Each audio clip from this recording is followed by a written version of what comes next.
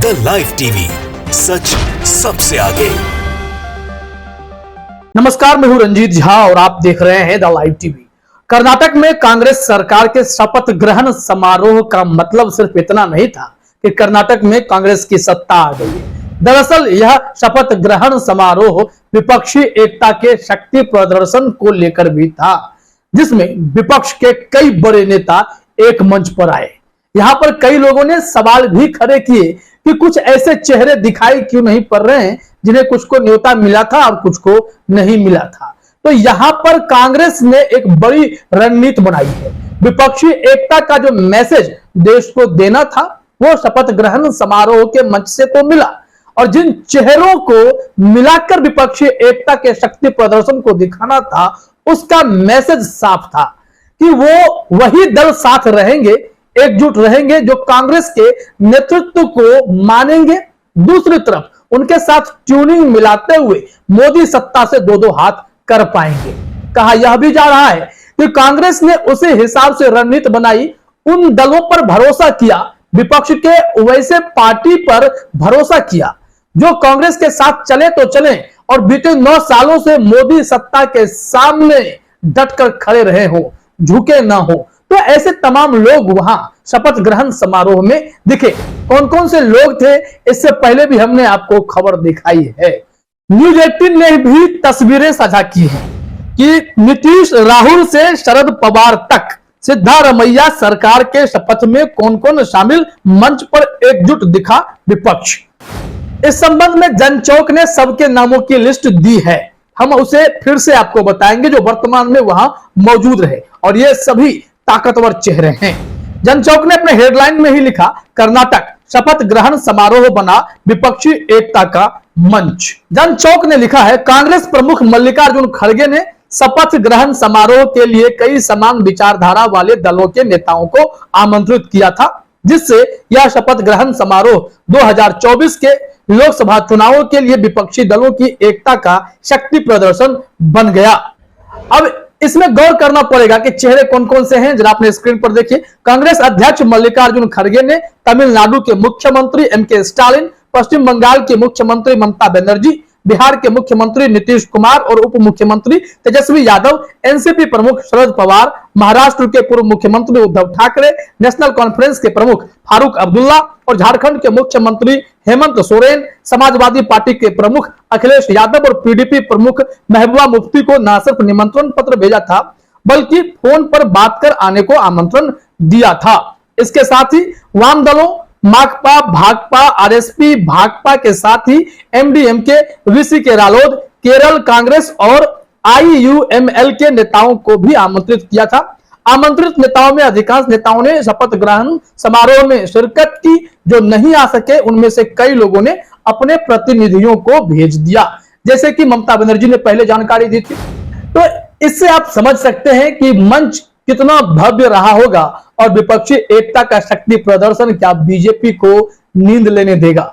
BJP के खिलाफ अगर विपक्ष गोलबंद हो जाए तो 2024 की राहें बीजेपी के लिए मुश्किल हो जाएंगी।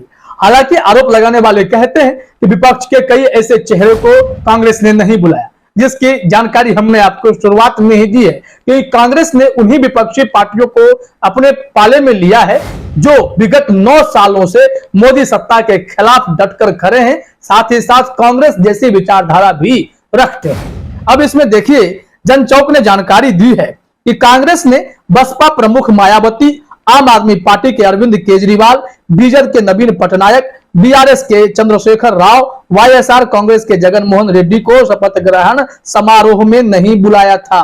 न बुलाने का खास कारण है, कांग्रेस के सूत्रों का कहना है कि समारोह में बुलाने का मकसद या मानक सिर्फ विपक्षी दल होना ही नहीं था, बल्कि ऐसे दल जो विगत 9 वर्षों में नरेंद्र मोदी की फांसीवादी सरकार से संघर्ष करते रहे या संघ भाजपा की विचारधारा से सहमत नहीं है, ऐसे दलों को आमंत्रित नहीं किया गया जो समय समय पर सत्तारूढ़ दल के पक्ष में बयान देते रहते हैं या गठबंधन में शामिल होने पर अवसरवादी तरीका अपनाते हैं। तो देखा आपने, इस तरीके से दोनों तर्क स्पष्ट हैं कि किन्हें बुलाना था और किन्हें नहीं बुलाना था। जरा सोचिए, ये विपक्षी दल यानी कि क्षेत्रीय पार्टी जहां जहां अपने राज्यों में मजबूत हैं, वहां अगर कांग्रेस के साथ सही ट्यूनिंग हो गई। कांग्रेस के लिए गठबंधन करके उन्हें जिताने में अपनी ताकत दिखा दे, दूसरी तरफ कांग्रेस भी उनका साथ दे दे तो लोकसभा में तस्वीरें बदलते देर नहीं लगने वाली है। इससे बीजेपी के अंदर हड़कंप सी मची हुई है। अब भारतीय जनता पार्टी इस मामले में सोच विचार कर रही होगी कि इन तमाम विपक्ष के एकजुट हो जाने के बाद उनकी रणनीति क्या होगी, कांग्रेस से कैसे दो दो हाथ करेगी। इस वक्त कांग्रेस पूरी तरीके से एनर्जेटिक महसूस कर रही है। कर्नाटक में जो जीत मिली है वो जीत बहुत बड़ी है, प्रचंड जीत है। इस जीत ने न सिर्फ भारतीय जनता पार्टी को दक्षिण भारत से उखाड़ फेंका है, बल्कि इस जीत ने 2024 के रास्ते भी तय करवाने का फॉर्मूला दे दिया है। अलग अलग राज्यों में इस साल के अंत में विधानसभा के चुनाव होने वाले हैं, चाहे फिर वो राजस्थान हो, तेलंगाना हो, मध्य प्रदेश हो, छत्तीसगढ़ हो, इन सब राज्यों में भी बीजेपी की स्थिति ठीक नहीं है। कांग्रेस मजबूत होती दिखाई पड़ रही है। मध्य प्रदेश में पहले से दावा है कि कांग्रेस की सरकार आने वाली है। छत्तीसगढ़ में ऑलरेडी कांग्रेस की सरकार चल रही है। राजस्थान में कांग्रेस की सरकार चल रही है। तेलंगाना में बीआरएस को और बीजेपी दोनों को भारी टेंशन से गुजरना पड़ रहा है, क्योंकि यहां पर कांग्रेस जिस दमखम के साथ अपनी रणनीति के साथ तेलंगाना में उतर रही है, उससे बीआरएस में सेंध लगने की बात कही जा रही है। बीआरएस के पार्टी में भी इसका व्यापक असर देखने को मिलेगा और खुद केसीआर साहब ने कह दिया है, जिन्हें निमंत्रण नहीं मिला विपक्षी एकता वाले मंच पर, कि कांग्रेस को हल्के में नहीं लेना है और आरोप भी लगा रहे हैं कि कांग्रेस ने पूरे देश को बर्बाद कर दिया।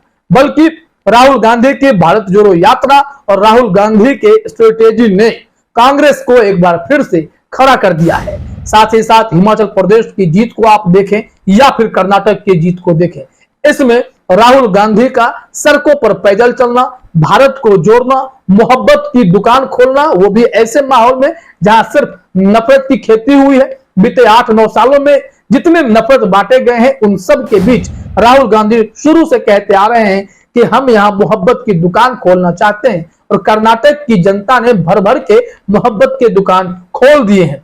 ऐसे में राहुल गांधी ने वहां विपक्षी एकता वाले मंच पर ही बता दिया कि हम झूठे वादे नहीं करते हैं। मोदी सरकार पर और भाजपा सरकारों पर निशाना साधते हुए उन्होंने कहा कि जैसे ही घंटे 2 घंटे बाद कर्नाटक में कैबिनेट की बैठक होगी तो सबसे पहले जो 5 गारंटी हमने दिए, 5 वादे बड़े बड़े हमने किए, उन सब को कानून का शक्ल दे दिया जाएगा और फिर यह सब इमीडिएट इफेक्ट के साथ लागू भी कर दिया जाएगा।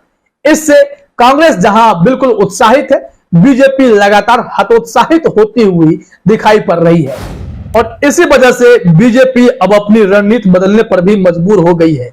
हिंदुत्व का एजेंडा फेल हो गया है, मोदी जी का चेहरा फेल हो गया है, अमित शाह, जेपी नड्डा का भड़काऊ भाषण फेल हो गया है, तो बीजेपी करे तो क्या करे। ध्रुवीकरण की सियासत काम नहीं आ रही है, अलग अलग राज्यों के एजेंडे अलग हैं और उसमें बार बार हिंदुत्व के एजेंडे के जरिए और मोदी जी का चेहरा ही सफल हो, इसकी गारंटी नहीं है। राजस्थान में उथल पुथल मची है बीजेपी के लिए, वहीं मध्य प्रदेश भी हाथ से फिसलता हुआ दिखाई पड़ रहा है। ऐसे में कर्नाटक में शपथ ग्रहण समारोह के मंच पर ऐसी ताकत दिखा देने से बीजेपी को तो टेंशन हो ही गई है।